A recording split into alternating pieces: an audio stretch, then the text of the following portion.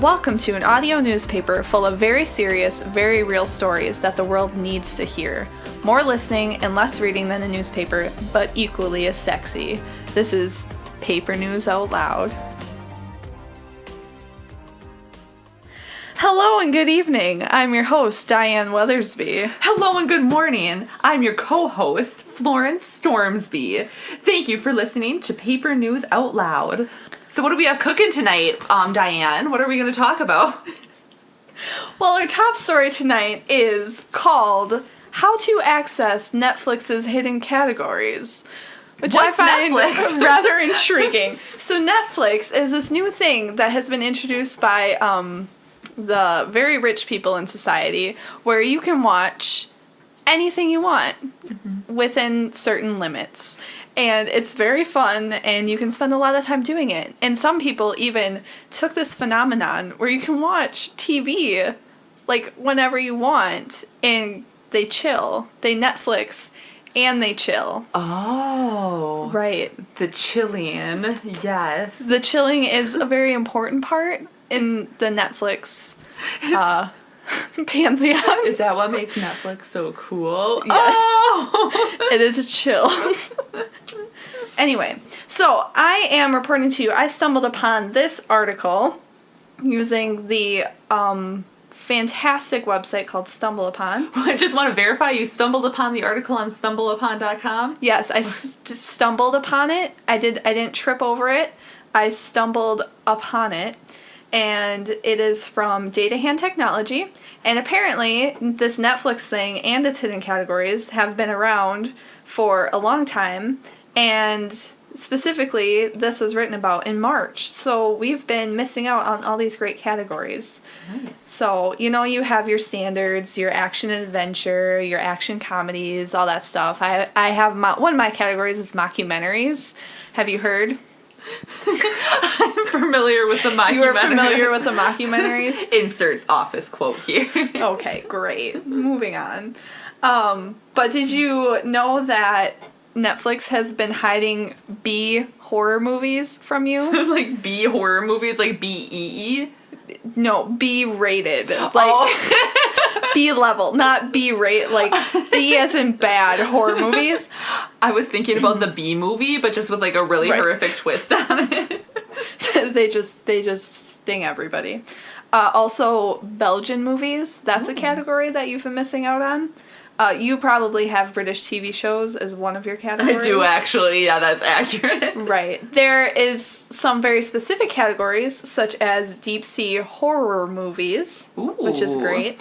Musicals. Musicals, Dutch movies, epics. Satanic stories. I'm very curious. No, that's my top category.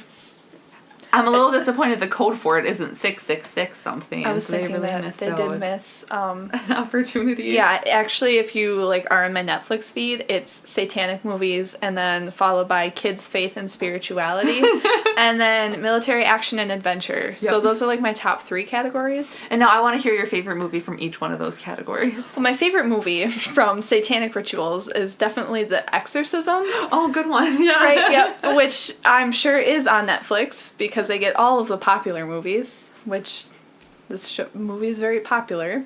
And then Kids, Faith, and Spirituality is about a golden retriever that it dies and goes to heaven. And then all dogs go to heaven? Right, and discovers that all dogs do indeed go to heaven. And then the dog actually writes a book about it and then saves the kid from the well. I don't... Okay, so let's do some search. No, that definitely happened. Did that really happen? No, I made that up. Okay, I was going to say, because I just remember there being a really mean bulldog.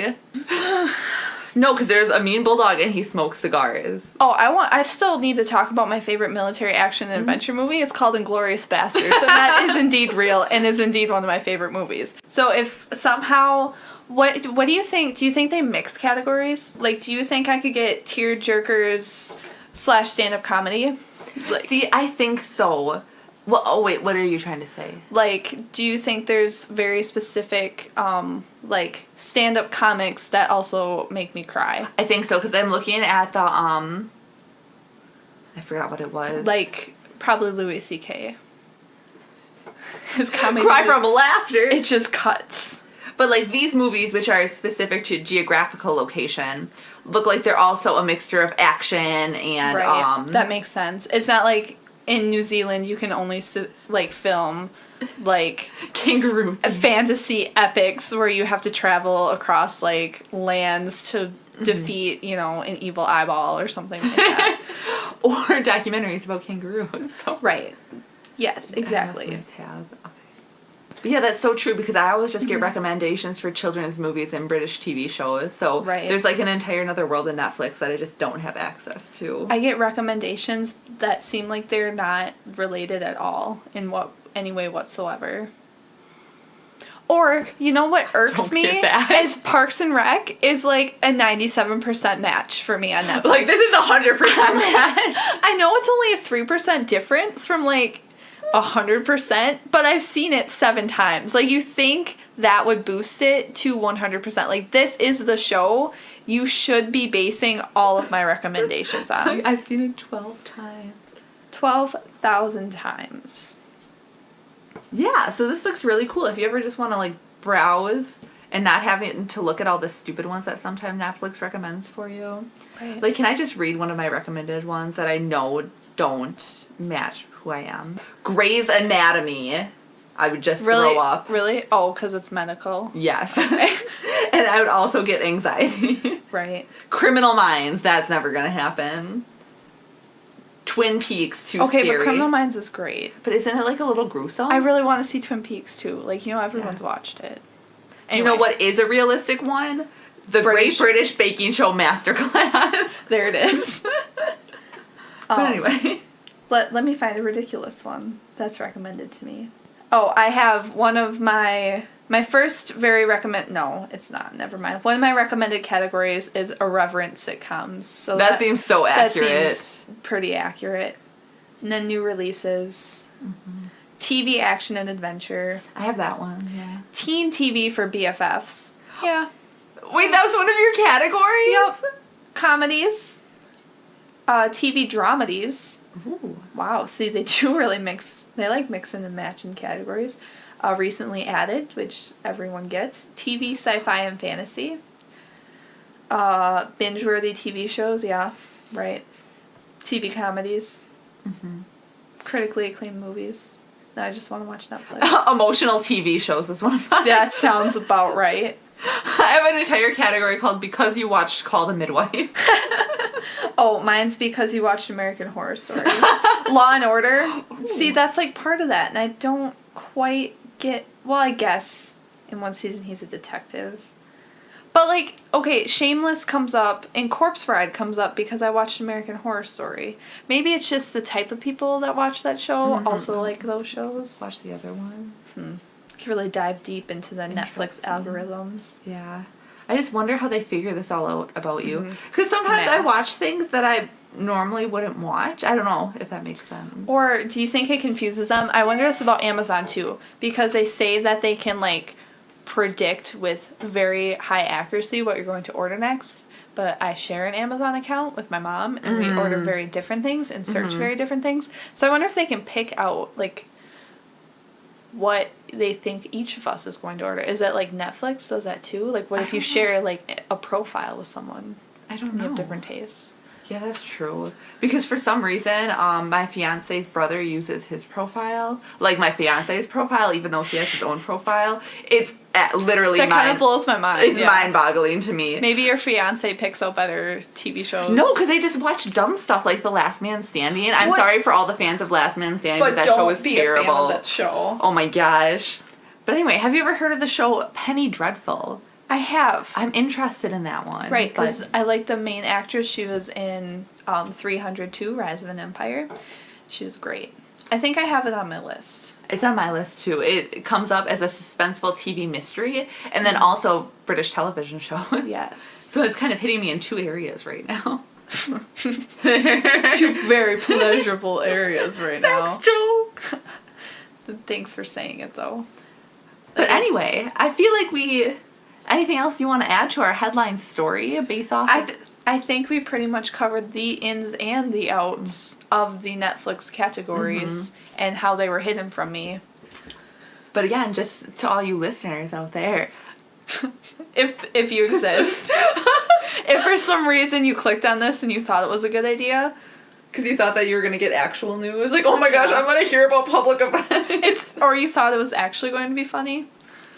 But I digress. It will be difficult to use the categories on your console if you watch Netflix on like a Blu-ray player. So in summary, prepare for Netflix and chill by first going on your laptop or your desktop computer and look at Netflix on there in your internet browser first with this handy dandy list of codes.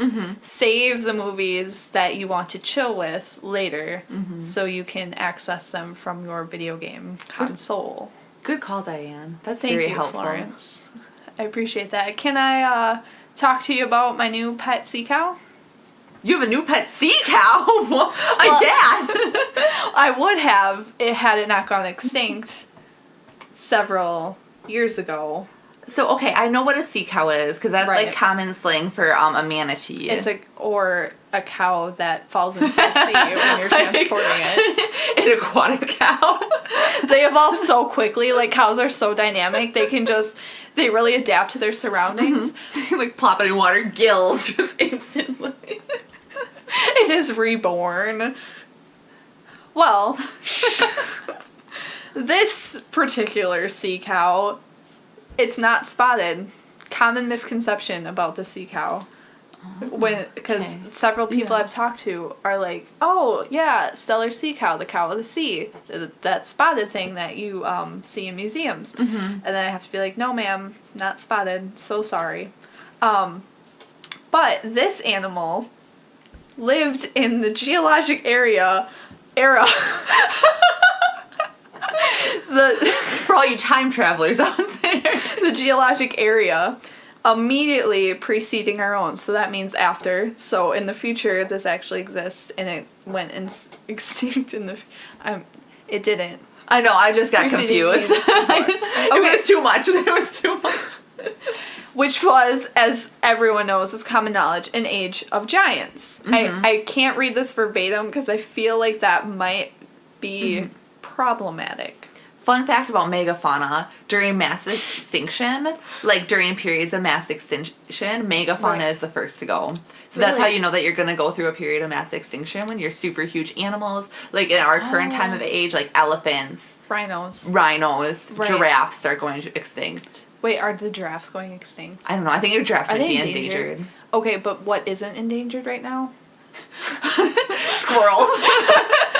Cockroaches. Not megafauna. Oh, world of cockroach. That's interesting. So that's why we have like such little megafauna left in North America, because there was a mass extinction like the here. bison. Yeah, I think the bison might actually be the last. Maybe moose might be categorized as megafauna. Oh my god, bears. Bears, yeah. Are there any extinct bears? I'm sure there are. Panda bears are endangered. Right. We don't have those in North America. But I think panda bears just want to go extinct. Like, they don't even want to try anymore. Well, was it you that was telling me about those scientists that were like trying? They just would not breed. They could not get them. They were too busy eating. I'm just going to roll on the ground and be adorable. I'm not going to make any babies. Yeah, but anyway. So the megafauna from this time period went extinct. It's hard for them to stay alive because they're so massive and they have a really complex food chain. For the people who actually listen to this to learn something, you might have just learned something. So I don't even have to talk anymore because I'm pretty proud of that. No, but I want to hear about the name of your sea cow. Well, it's called the Steller sea cow, and I think that's actually its name. So I'm gonna just be upfront with you. I didn't completely read this. This is the first time I'm looking at it. I thought we would go through this on the fly. But this is actually super interesting. There were also giant sloths for a thing, but this little guy, who is actually very big because it was a sea cow. Look, they talk about megafauna. It was one of the last, I don't know how to say it, Pleistocene? Pleistocene? John Cena survivors to die out. They were relatives of the manatee and the dugong, which I don't know what that is. I've heard of a manatee. Oh, a dugong is a type of seal. Interesting. Why do you know these things? I took a class. Okay, I feel like this is obviously very relevant, so I can talk about myself. I took a class where we focus about it was blogging and like but our focus was on the Anthropocene, which is the time period people think we're entering in. And my instructor was at that time period writing a novel about the mass extinction. Interesting. So, I kind of want to read that now. There we go. I don't know if she's not a novel, a book, like nonfiction. I don't know if she's finished, but yeah. Right. But I digress. Okay. So they are very large, so they grow to be as long as 30 feet from tail to snout. So the nose to the tips of the toes. And so probably about the size of your average Hummer. Right, exactly. And manatees only grow to be 10 feet. So like you can fit 3 times as many friends on the sea cow as you can on a manatee. So we're really missing out here. So that's one reason why I think if they would have lived, it would have been cool to adopt a sea cow because of the amount of friends you can put on it. And also, when you're going to get groceries to like the next island or whatever, how that works, where these things lived, then you can like get all your groceries on there. And I feel like they could haul a lot of stuff, and they seem friendly, just like looking at their faces. They seem really nice. Yeah. And people did see them. Like they lived during... This is actually, they seem super important. So this segment is actually going to turn into something where we learn things as we're talking, which I think is fun. Well, I just read that normally the manatees that we're familiar with today live in tropical waters, but these lived off of Siberia, it looks like. Because they're so full of fat. Stellar was a German naturalist. Who, like a trader, had a boat called St. Peter, St. Petersburg, whatever the capital of Russia is. Yeah, so they were, they lived in cold places. Neat. So then again, they'll be useful when they die, because they have a lot of fat that you can burn. And you can also, I think, what I'm picturing, just come with me on this journey, is after your delicious pet sea cow that you've named Bessie, the only right name for a cow. What about boy cows? Bessie. I don't. It's gender neutral. I don't think cows really are. Anyway. I suppose technically it's a bull, but Anyway. So, Bessie, your sea cow, which they're all named Bessie, so I understand that could be confusing. So, Bessie, your sea cow, you gut it out, and then, but you like cut along the belly, and then you hollow it out, and then you kind of tip it up, and that's like a house. There we go. Plus you can eat the blubber. Right, exactly. And you can use its parts for, clothing, and you can cook in the fat, and you can cook the fat, light it on fire, make candles, it's, they might be more useful after death, honestly. Yeah. Well, I just want to give a nod to The Atlantic for writing this super interesting article. Right. What I'm reading right now is that Stellar, the gentleman who discovered the sea cows, noted that its meat was delicious. Saying specifically that it was far superior to sea otter that they had grown accustomed to eating on their journey. The fat tasted of almond oil when it was boiled down. Interesting. No, that was the only thing that he describes about eating the sea cows. But clearly they have a very delicious amaretto flavor.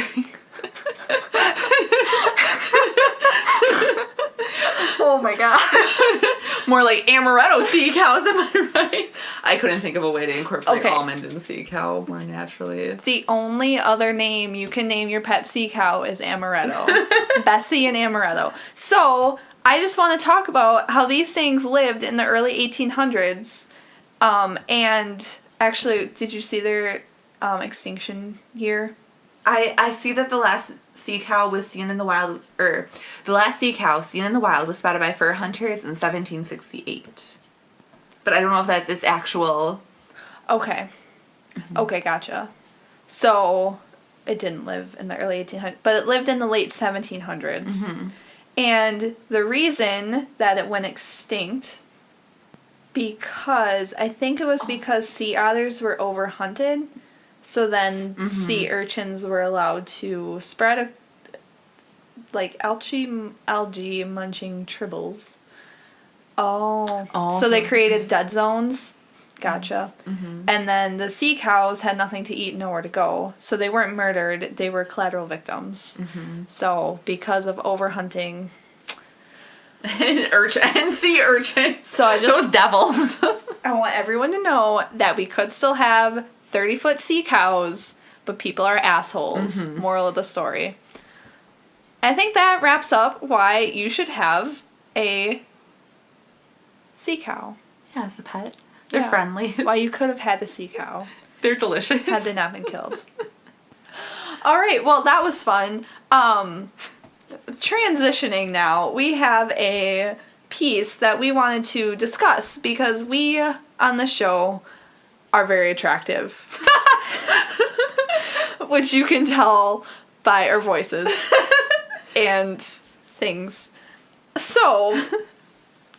We got a letter, a handwritten letter sent to us via pigeon from one of our listeners.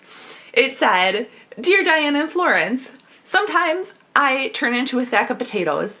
It's not very helpful because I've run out of hands and I don't have opposable thumbs. But now that I'm officially a sack of potatoes..." Why are you setting this up? No one wants to go to the prom with me. Please help me be more attractive. So, sincerely, yep, Spuddy Buddy. Okay, great. So we reached out to WikiHow via Google. Via the Google. If you have not tried it before, you should. So, Spuddy Buddy, we have some tips for you, handwritten and created by the makers at WikiHow, about how to be attractive. We have not actually tested any of these because we are naturally attractive, and because the first one tip is to take care of your body, and that requires movement, so I do not do it. Okay, Spuddy, so as Diane already introduced, tip number 1 is take care of your body. So something just to be aware about in your current potato state is that it may be difficult for you to go on a treadmill. I would recommend the stair climber because then you could just bop down the stairs using gravity. Right. Wait, do you put the stair climber in reverse? Yes. Great, so you're gonna be some slim-ass potatoes. Just like a really fine-ass french fry. For all of our real people that are still human-shaped, this is good for you too. But again, to all the people who are human-shaped, if you want to attract a mate, I would recommend not being active. So I'm just going to disagree with the WikiHow here, and I'm going to defend my argument in a second. So one of the major disadvantages of being with an active person, I would know because I'm currently with someone who is the opposite of active. So I understand the benefits of being someone who is essentially a couch. Or a lame sack of potatoes. Spuddy. But, okay, so active people, they wear active wear all the time. They don't own any nice clothes. They'll never get a job interview because they'll go to the job interview wearing Under Armour sweatshirts and leggings. They won't get hired at the job interview because they're wearing Under Armour sweatshirts and leggings. What if they're interviewing at Under Armour? Okay, so we're backing up a step. So they'll get a job at some sport fitness store, which will only make them more active. The more active that they become, the more that they'll want you to run a marathon with them because it'll be a good bonding experience. Mm-hmm. You'll start doing research about running marathons, and you'll discover that some marathoners just pee themselves while they're running instead of stopping to go to the bathroom. You'll end up doing a marathon with your significant other and pee yourself. With your significant other. You will simultaneously pee yourselves together. Chafing from the urine. Right. And then you die from a chafe infection. That's good. Yes. Those infamous chafe infections. But, you know, as it says on the article, embracing a healthy lifestyle doesn't mean that you have to become a bodybuilder or a marathon runner. But it does. It's a spiral. It's a spiral. It gets so bad. Just eat a veggie once in a while, but not salads on dates. Right. Don't order a salad on a date. It just makes you look like you care too much. Mm-hmm. But you should See, the thing is, you should be naturally attractive without trying. So that's what you should really go for. Like Hardy's taught me, the trick to attracting men is to be super skinny and fit. Right. Buy a giant burger. Right. And have barbecue sauce drip all over your boobs. Right. But what they don't tell you is that's the only thing you eat all week. One burger. You eat that one massive Hardee's burger with pulled pork and like French fries on it just once a week, and then if you do that on Sunday, that literally gives you enough calories to fuel you the rest of the week without getting fat. Spuddy, just for you personally, I just wouldn't eat any potatoes. Yeah, so overall, don't take care of your body. All right, number 2, get your beauty sleep. So, what it says in this one is aim to get up to 8 hours of sleep each night to fight off red eye and other symptoms of sleep deprivation. Which is weird. I'm actually very attracted to people with red eyes. But are like red eyes or like red, like their pupils are red like, because Satan is peering out of them. Right, hopefully glowing. Like irises, pupils, whites, everything should be red and preferably x-rayed. And also lasers. Right. I want to date Cyclops from X-Men. Yes. Now, obviously, getting sleep is incredibly important. Your body needs it to function. But here's why I think that you should only get 5 hours of sleep at night instead of 8 hours of sleep. 1, people who get 8 hours of sleep have to go to bed early. Significant others do not want to go to bed early. They want to stay up all night boning. If you're getting 8 hours of sleep, that means that you're not down to clown. Just keep that in mind, ladies. Which makes you lame. And you should always be down to clown. You owe it to men. Again, except you, Spuddy. You don't have any genital genitalia. Except them good spuds. Counterpoint, I think you should actually sleep 16 hours a day. Oh, okay. I would like to hear this argument. I don't have one. It sounds really nice. Okay, you sleep 16 hours a day, you turn into a cat. Cat potatoes. Everyone loves a cat potato. That's true. Hold on. Is it a potato shaped like a cat, or is it a cat shaped like a potato? I prefer the latter. Do you think it's a cat that tastes like a potato? Like if you lick the cat, does it taste like, but then is it a raw potato? Is it a sweet potato? Is it a baby red potato that you roasted on the grill? Oh my gosh, those are the best. They are. I have hiccups. I'm sorry, listeners. Oh God. They don't exist. I firmly believe that nobody's going to listen to this. Okay. Number 3, keep yourself well groomed. Oh wait, oh my gosh, this is just part 1, taking care of your body. Right, this is going to take a while. Okay, so we're just going to skip to part 2. So wash your spuds in your eyes. So number 2, part 2 is attracting through body language. So pretty much what this means is don't look like a crabby Grumpy Gus. sphincter all the time. I Like didn't a want to really swear. angry butthole. Like, don't be an angry butthole. Right. And some of the things they include is just like dressing nicely. Well, you skipped over an important one that says stand with an open torso. What does that mean? I think, like, the picture shows him with his arms wide open, but we're missing one hand, so I think the other hand's holding a knife, and he's going to cut open his torso. Yeah, that makes sense. It shows the person you're trying to attract that you have a heart. A very important quality to have, especially with so many androids running around nowadays. Right, exactly. It proves, great point. It proves you're not an android, and also, if you're in potato form, it proves that you still are alive. Yeah, you don't want to be a potato with dark black insides, do you, Spuddy? Exactly. That means you're rotten. You want a good beating heart in there. Like all my potatoes that I consume. So yeah, attract through body language. What you're going to want to do is a lot of dancing, specifically around the bones of a dead chicken at night. That kind of body language communicates that you like to have fun. You know how to party. You know how to get rid of a blood curse. Exactly. Really important things when you're attracting a prom date. Right. So if your future children, whether you have them through your birth canal or you adopt them through an adoption canal.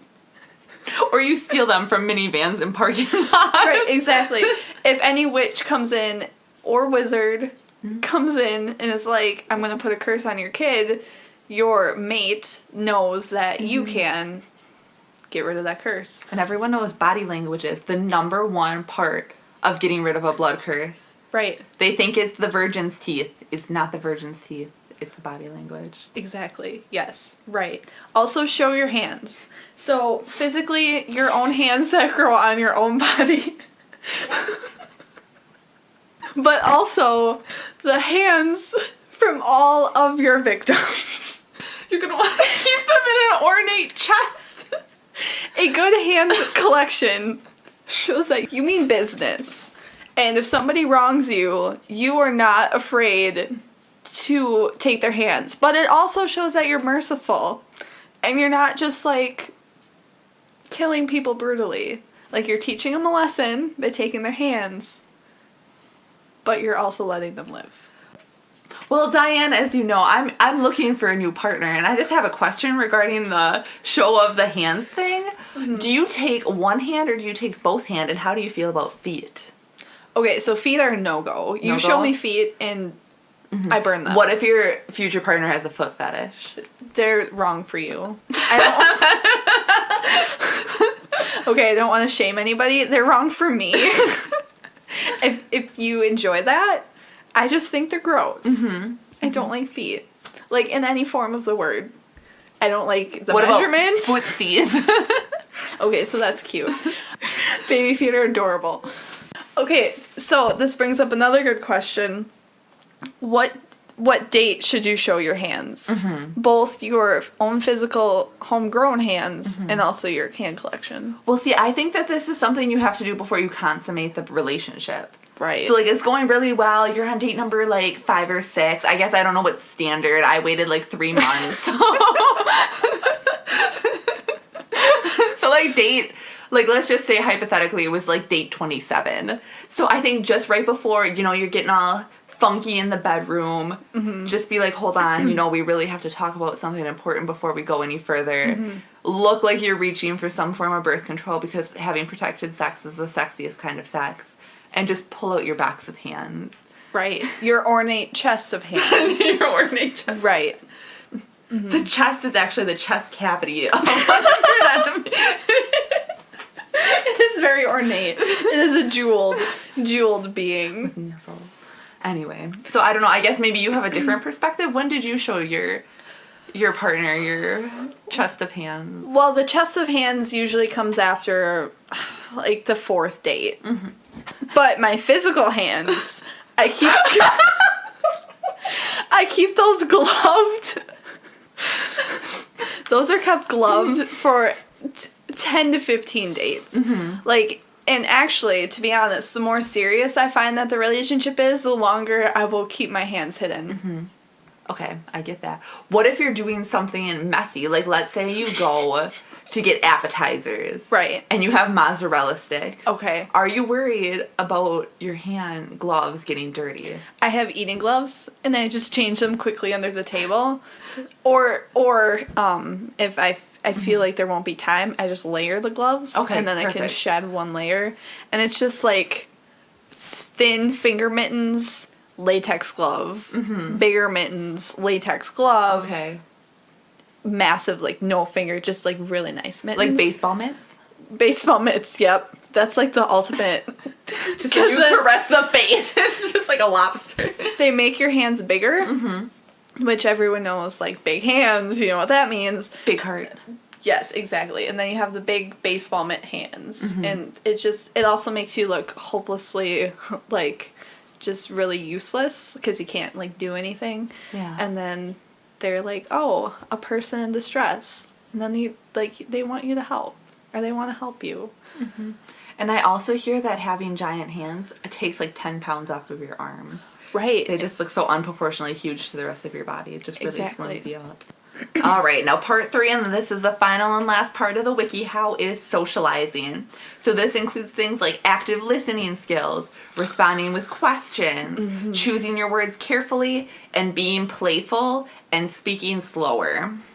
Now, as someone with a lisp and a speech impediment, I find this section incredibly offensive. Right. Yeah, I feel like it's a direct attack on me. Exactly. I have never done any of these things, and I have some very successful failed relationships.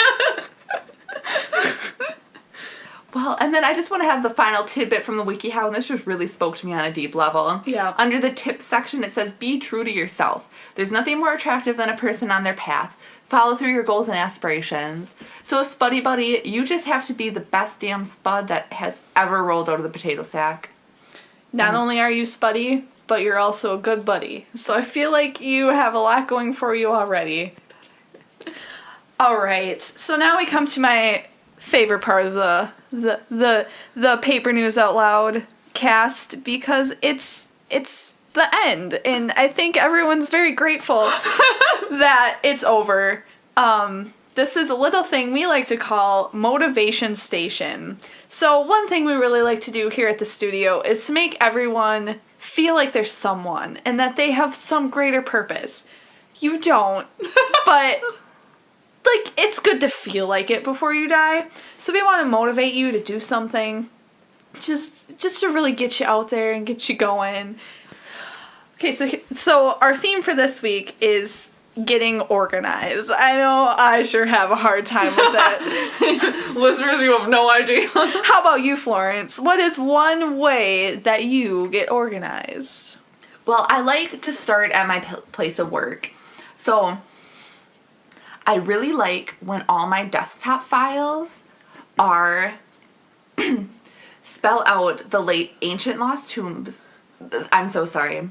I'm misspeaking. It's from the Blood Curse. The ancient lost scrolls of the city of Atlantis. So I have to name each file a cryptic symbol. And then it's like beautiful poetry. I just look at my screen and I know exactly where I have to go. Because I just follow the rhymes of ancient Atlantis. Right. Number one goal. It'll change your life. And it's kind of meditative, too. Yeah, exactly. It's just really soothing and calming. Like, I'll just have someone yelling at me on the phone. I'll be like, hold on, let me just find my process document. I'll just click on an ancient word in Atlantis, which is too beautiful that it can't be transmitted over the airwaves. It just means love and happiness and all the good things, and I'll click on it. And in that moment, I'm free. Wow. That is advice I think we can all follow. And something I challenge you this week to do is to clean up your desktop and organize your files in cryptic letters. It doesn't even have to be from Atlantis. It can be ancient runes. It can be cave paintings that you transcribe into words. And only you can translate. Also, it helps with internet security. Because if anyone hacks into your computer device, they will have no idea what's going on. How about you, Diane? What are your number one tips for getting organized? So for me, it's really important to keep my fridge in order. Specifically the outside. That's right where your eyes are drawn, right when you walk in the door of my apartment, house, condo, or luxury mansion where I live.